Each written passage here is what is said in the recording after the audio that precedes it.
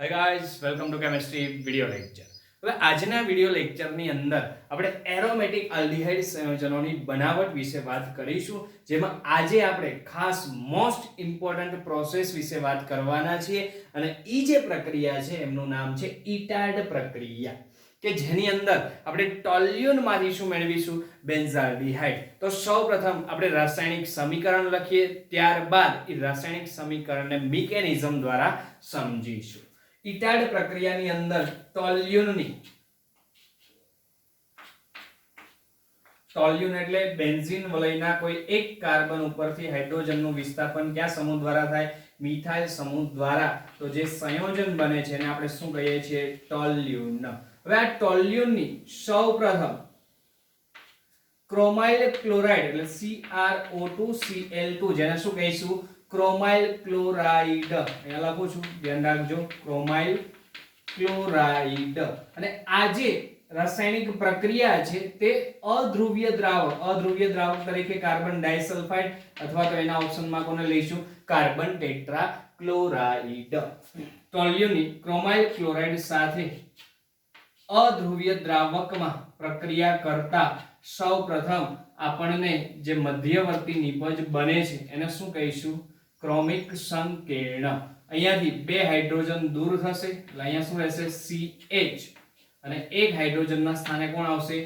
OCROH અને Cl2.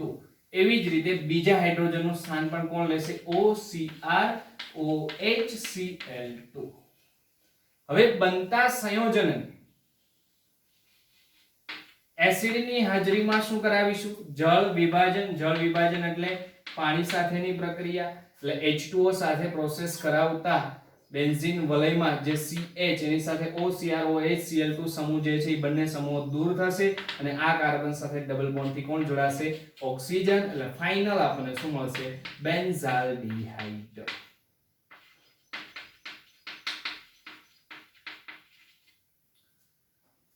ટોલ્યુન એટલે benzene વલયના કોઈ એક કાર્બન ઉપર CH3 છે અને ફાઇનલ નિપજ તરીકે બેન્ઝાલ્ડિહાઇડ મળે છે. એટલે બેન્ઝીન વલયના કોઈ એક કાર્બન ઉપર CHO સમૂહ છે. તો ટોલ્યુનમાંથી જો બે હાઇડ્રોજન દૂર થયેલ છે અને પ્રક્રિયા દરમિયાન એક ઓક્સિજન ઉમેરાયેલ છે, એનો મતલબ આ કયા પ્રકારની પ્રોસેસ થઈ? ઓક્સિડેશન. પરંતુ અહીંયા આંશિક ઓક્સિડેશન થાય છે. શું કામ? અહીંયા બેન્ઝાલ્ડિહાઇડનું આગળ ઉપર ઓક્સિડેશન શક્ય નથી. એટલા માટે જે કોઈ ઓક્સિડેશન છે એને શું કહીશું? Partially oxidation. જો આગળ ઓક્સિડેશન શક્ય હોત તો બેન્ઝાલ્ડિહાઇડનું શેમાં રૂપાંતર થાત? બેન્ઝોઇક એસિડમાં. રેડી? પરંતુ અહીંયા બેન્ઝાલ્ડિહાઇડનું આગળ ઓક્સિડેશન શક્ય નથી એટલે અહીંયા ટોલ્યુનનું આંશિક ઓક્સિડેશન થઈ આપણને શું મળશે? બેન્ઝાલ્ડિહાઇડ. તો આ જે રાસાયણિક સમીકરણ છે, આ જે પ્રક્રિયા છે, એ પ્રક્રિયાને ઇટાડ પ્રક્રિયા તરીકે ઓળખવામાં આવે છે. હવે આપણી NCERT બુકની અંદર ફક્ત રાસાયણિક સમીકરણ આપેલ છે, ત્યાં કોઈ મિકેનિઝમ આપેલ નથી. તો આજે રાસાયણિક સમીકરણ છે એને મિકેનિઝમ દ્વારા સમજીએ, કારણ કે મિકેનિઝમ થી જ આપણે આ પ્રોસેસને વ્યવસ્થિત સમજી શકીશું. અધરવાઇઝ આપણને અહીંયા ખૂબ જ ડાઉટ ઉત્પન્ન થશે કે આ બધી પ્રોસેસ કઈ રીતે થાય છે.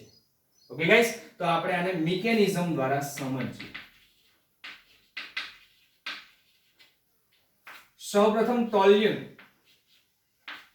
બેન્ઝીન વલયના કોઈ એક કાર્બન ઉપરથી હાઇડ્રોજન દૂર થાય છે, ત્યાં કોણ આવે છે? CH3. ધારો કે હું ટોલ્યુનને આ રીતે લખું, CH હાઇડ્રોજન અને હાઇડ્રોજન.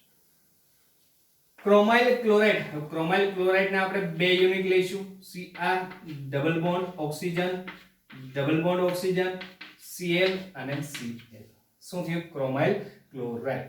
હજુ એક એમનો યુનિટ લઈશું, Cr ડબલ બોન્ડ થી ઓક્સિજન સિંગલ બોન્ડ થી Cl, સિંગલ બોન્ડ થી Cl.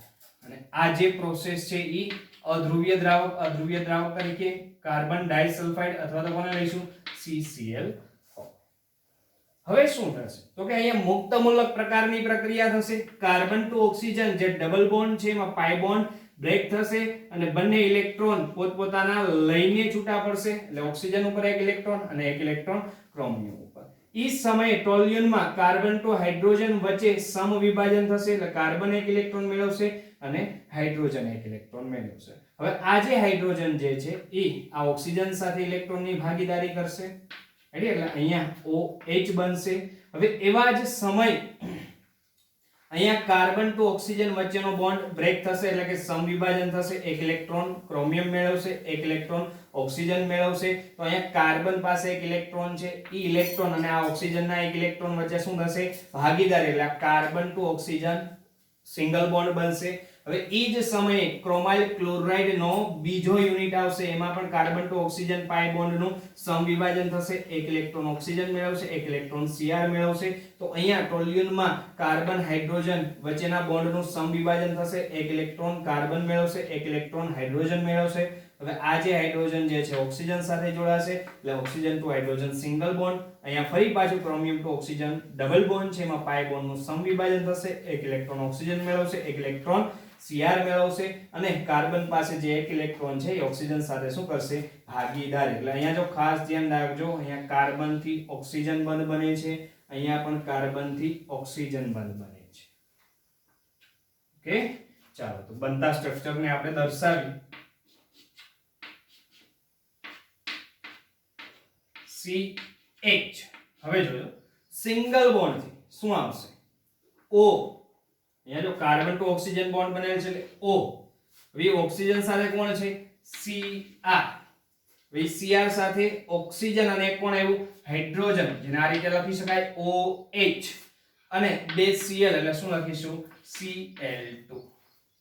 એવી જ રીતે બીજો યુનિટ જે છે એ હાઇડ્રોજનના સ્થાને આવશે, એટલે કે આ કાર્બન સાથે આ ઓક્સિજન, એ ઓક્સિજન Cr સાથે Cr જે ઓક્સિજન અને હાઇડ્રોજન, એટલે કે ક્રોમિયમ સાથે OH અને ઈ જ ક્રોમિયમ સાથે બે Cl, એટલે શું લખીશું? Cl2. એટલે બંને હાઇડ્રોજનના સ્થાને શું આવશે? OCr OH Cl2.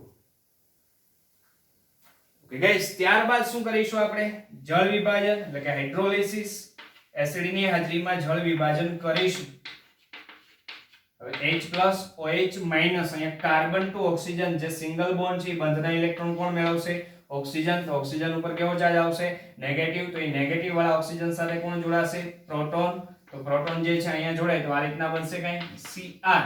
હવે જો OH છે અને અહીંયા ઓક્સિજન ટુ હાઇડ્રોજન, એટલે હજુ એક OH આવશે, એટલે શું લખી શકીએ? OH ટ્વાઇસ અને બે Cl, એટલે શું લખશું? Cl2. એવી જ રીતે અહીંયા પણ જુઓ ક્રોમિયમ ટુ ઓક્સિજન જે સિંગલ બોન્ડ છે ઈ બંધના ઇલેક્ટ્રોન અહીંયા ટ્રાન્સફર થશે, એટલે કાર્બન ટુ ઓક્સિજન શું બનશે? Double bond. એટલે ફાઇનલી આપણને નિપજ તરીકે શું મળી જશે? એરોમેટિક આલ્ડીહાઇડ, એટલે કે બેન્ઝાલ્ડીહાઇડ. રેડી? અને આ જે ક્રોમિયમ છે, ક્રોમિયમ સાથે કયો ભાગ જોડાશે પાણીનો? OH-, એટલે ફરી પાછું શું બનશે? Cr. એક OH છે, હજુ એક OH આવે છે, એટલે Cr OH ટ્વાઇસ અને Cl2. એનો મતલબ આના કેટલા યુનિટ બહાર નીકળશે? 2. ઓકે ગાઈસ, અને ફાઇનલી આપણે શું મળ્યું? બેન્ઝાલ્ડીહાઇડ. ખાસ યાદ રાખજો, NCERT બુકની અંદર ફક્ત આપણને ઇક્વેશન જ આપેલી છે, એમની ક્યાંય મિકેનિઝમ આપેલી નથી. એટલે ખાસ તમારા બુકની અંદર નોટ ડાઉન કરશો, જેથી કરીને સરળતાથી તમે ઇટાડ પ્રક્રિયાને સમજી શકો. અને બીજું, અહીંયા આંશિક ઓક્સિડેશન થાય છે, સંપૂર્ણ ઓક્સિડેશન થતું નથી. જો સંપૂર્ણ ઓક્સિડેશન થતું હોત તો બેન્ઝાલ્ડીહાઇડનું શેમાં રૂપાંતર થાત? બેન્ઝોઇક એસિડમાં. પરંતુ અહીંયા જે ક્રોમાઇલ ક્લોરાઇડ છે નિર્બળ પ્રકારનું ઓક્સિડેશન કરતા પદાર્થ છે, એટલા માટે અહીંયા આંશિક ઓક્સિડેશન થશે, સંપૂર્ણ ઓક્સિડેશન થશે નહીં. હજુ એક કંઈક એવી જ પ્રોસેસ છે કે જેમાં આપણે ટોલ્યુન માંથી શું મેળવીશું? બેન્ઝાલ્ડીહાઇડ. પરંતુ ઈ જે પ્રોસેસ છે ને ઇટાડ પ્રોસેસ તરીકે ઓળખવામાં આવતી નથી. છે ઇટાડ પ્રોસેસ જેવી જ, પરંતુ એમને ઇટાડ પ્રોસેસ નામ આપીશું નહીં. તો સૌપ્રથમ આપણે એમના ઇક્વેશનને સમજીએ, ત્યારબાદ એમની ક્રિયાવિધિ વિશે વાત કરીશું. અને ઈ ક્રિયાવિધિ અહીંયા જેમ ઇટાડ પ્રોસેસની ક્રિયાવિધિ છે એવી જ સેમ ટુ સેમ છે. સમજીએ. ટોલ્યુનની CH3 થશે ને? C1 2 3 એટલે CH3. અને શું નામ આપીશું આપણે? ટોલ્યુન. હવે ટોલ્યુન અહીંયા આપણે કોની કયા દ્રાવકમાં પ્રોસેસ કરતા હતા? CH2 અથવા તો CCl4. એવી રીતે અહીંયા આપણે કોની હાજરી રાખીશું? CrO3. અને આ જે પ્રોસેસ છે એ કોની સાથે કરાવીશું? Acetic anhydride. CH3 C double bond O O C double bond O CH3 અને શું કહીશું એસિટિક એનહાઇડ્રાઇડ જેના આપણને 2 યુનિટની રિક્વાયરમેન્ટ રહેશે શું થશે carbon to hydrogen bond break થશે અહીંયા પણ carbon to hydrogen bond break થશે અને બંને હાઇડ્રોજનના સ્થાને C અહીંયા એક હાઇડ્રોજન દર્શાવું છું હવે અહીંયા શું આવશે OCOCH3 એટલે અહીંયા કાર્બન ટુ ઓક્સિજન બોન્ડ શું થશે બ્રેક અને એક હાઇડ્રોજનના સ્થાને શું આવશે OCOCH3 એટલે આ રીતે લખી શકાય OCOCH3 એવી જ રીતે બીજો બોન્ડ બ્રેક થશે તો બીજા બોન્ડ બ્રેક થાય છે ત્યારે હાઇડ્રોજનના સ્થાને બીજા યુનિટનો શું આવશે OCOCH3 COCH3 હવે જુઓ અહીંયા આ જે સમૂહ છે એ એસિટેટ સમૂહ છે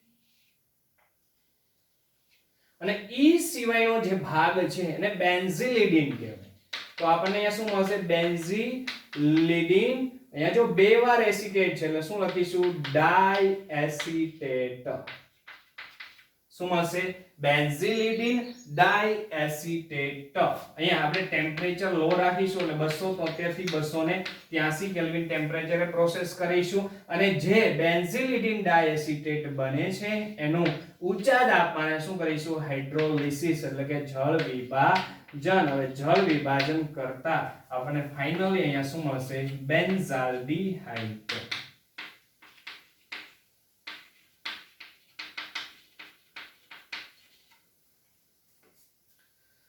ઓકે ગાઈસ તો આ જે છે ટોલ્યુન માંથી બેન્ઝાલ્ડીહાઇડ ની બનાવટ છે એસિટિક એનહાઇડ્રેટ સાથેની પ્રક્રિયા દ્વારા પરંતુ એનસીઈઆરટી બુક ની અંદર ફક્ત ઇક્વેશન આપેલું છે ક્યાંય મિકેનિઝમ આપેલી નથી એટલે આ સમીકરણને સરળતાથી જો સમજવું હોય તો આપણે એમની મિકેનિઝમને ધ્યાનમાં લેવી પડશે તો આપણે એમની મિકેનિઝમને સમજીએ એમની મિકેનિઝમ સેમ ટુ સેમ અહીંયા ઇટાડ પ્રોસેસની જે કોઈ મિકેનિઝમ છે એમના જેવી જ છે સમજીએ ટોલ્યુન CH બે હાઇડ્રોજન હવે બે યુનિટ કેના લઈશું આપણે એસિટિક એનહાઇડ્રેટ ના એટલે કે CH3 C double bond O C double bond O CH3 એવી રીતે હજુ એક યુનિટ લઈશું CH3 C double bond O C double bond O CH3 અહીંયા પણ સમવિભાજન પ્રકારની પ્રોસેસ થશે એટલે કે મુક્તમૂલક પ્રોસેસ થશે અહીંયા શું થશે તો કે ઓક્સિજન ટુ કાર્બન સમવિભાજન થશે એટલે ઓક્સિજન એક ઇલેક્ટ્રોન મેળવશે કાર્બન પણ એક ઇલેક્ટ્રોન મેળવશે એવી જ રીતના ટોલ્યુનમાં જે મિથાઇલ સમૂહ છે એમાં કાર્બન હાઇડ્રોજન વચ્ચે સમવિભાજન થશે કાર્બન એક ઇલેક્ટ્રોન મેળવીને દૂર થશે છૂટો પડશે હાઇડ્રોજન એક ઇલેક્ટ્રોન મેળવીને છૂટો પડશે તો અહીંયા રિલીઝ થયેલો હાઇડ્રોજન મુક્તમૂલક જે આ કાર્બન સાથે જોડાશે અને ઈ સિવાયનો આ જે ભાગ છે એ ક્યાં જોડાશે કાર્બનની સાથે એટલે આ જે ઓક્સિજન જે છે એ આ કાર્બન સાથે જોડાશે ઓક્સિજન જે કાર્બન સાથે જોડાશે એવી જ રીતે અહીંયા કાર્બન ટુ હાઇડ્રોજન બીજો બોન્ડ બ્રેક થશે સમવિભાજન થશે એટલે બંને પોતપોતાના એક એક ઇલેક્ટ્રોન લઈને છૂટા પડશે એવી રીતે એસિટિક એનહાઇડ્રેટના બીજા યુનિટમાં પણ સમવિભાજન થશે ઓક્સિજન પોતાનો એક ઇલેક્ટ્રોન મેળવશે કાર્બન પોતાનો એક ઇલેક્ટ્રોન મેળવશે હવે કાર્બન જે છે હાઇડ્રોજન સાથે જોડાશે અને આ જે ઓક્સિજન જે છે એ આપણા કાર્બન સાથે જોડાશે આવું બનશે CH હવે અહીંયા કોણ આવશે જો OCOCH3 OCOCH3 એવી જ રીતે અહીંયા પણ કોણ આવશે OCOCH3